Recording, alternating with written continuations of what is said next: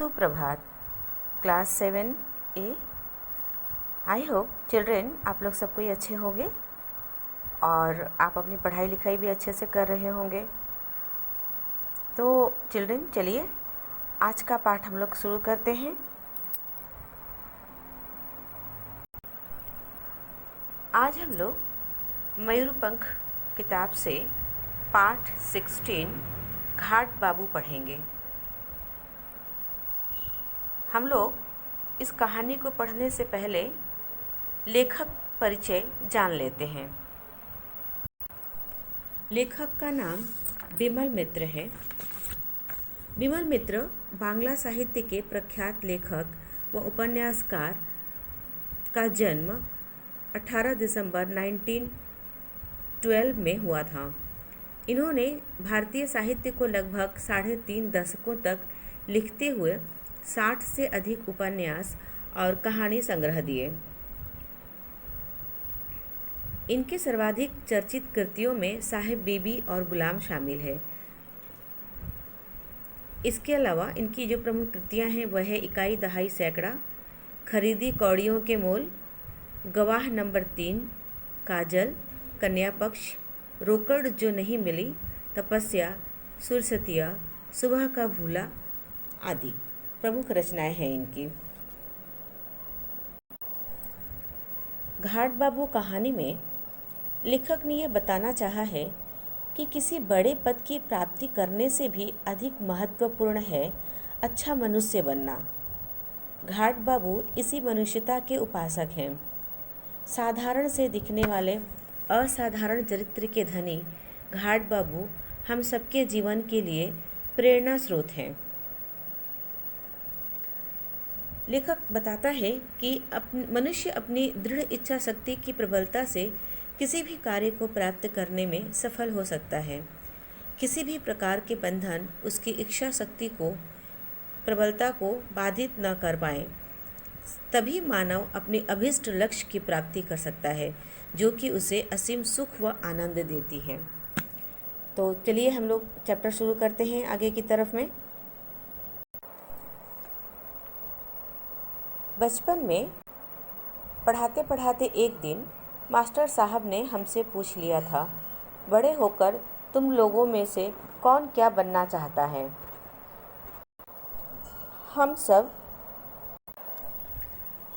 अवाक। यह तो कभी सोचा ही न था। हम समझते थे कि यह काम हमारे माता पिता का है। यही हमारे ज़माने का नियम था। हम स्कूल जाकर पढ़ेंगे लिखेंगे, फिर एक दिन परीक्षा देकर पास होंगे, उसके बाद कोई नौकरी करेगा, कोई व्यवसाय व्यापार और कोई बैठा बैठा पिता की संपत्ति से मौज उड़ाएगा। अनादि कक्षा का सबसे शांत लड़का था। बहुत बड़े घर का बेटा अनादि के पिता कालीश बाबू धनी होते हुए भी घमंडी नहीं थे। वे हमेशा हमें यही कहते, बच्चों खूब मन लगाकर पढ़ो लिखो, नहीं तो तुम लोग मनुष्य नहीं बन पाओगे। अनादि पढ़ने में होशियार नहीं था। उसके लिए हर विषय का अलग मास्टर रखा गया था। वह हर साल किसी तरह बस पास ही होता।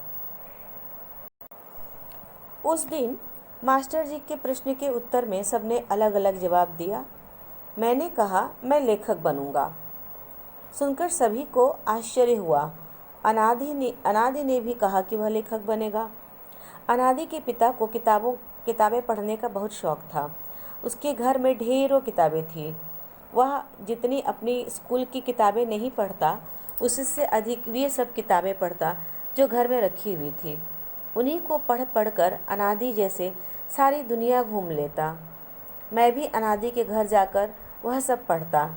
अनादि कहता, जानता है, अच्छा लेखक होने से पहले अच्छा पाठक होना ज़रूरी है। मैं पूछता, अगर तू लेखक बन जाएगा तो तेरे पिता का इतना बड़ा व्यवसाय कौन चलाएगा?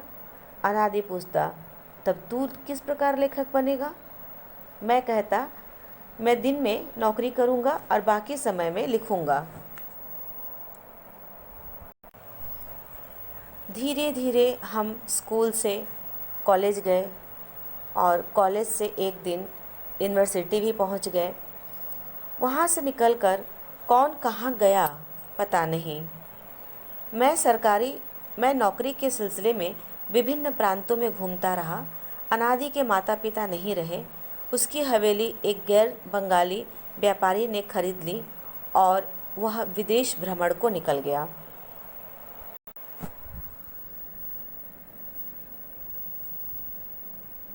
बरसों तक इधर उधर भटकते रहने के बाद मैंने सोचा कि अब एक जगह टिक जाऊं। ठीक इसी समय एक हिंदी सिनेमा कंपनी ने मेरी एक कहानी पर फिल्म बनाने का प्रस्ताव रखा और पटकथा लिखने में मेरा सहयोग मांगा। मैंने केवल पटकथा ही नहीं लिखी, बल्कि मुझे सिनेमा कंपनी के साथ लोकेशन पर मध्य प्रदेश के एक गांव में जाना पड़ा। लेखक जो है वह काम के सिलसिले में पटकथा लिखने में, स्टोरी लिखने के लिए, फिल्म के लिए स्टोरी लिखने के लिए वह मध्य प्रदेश के एक गांव में जाता है।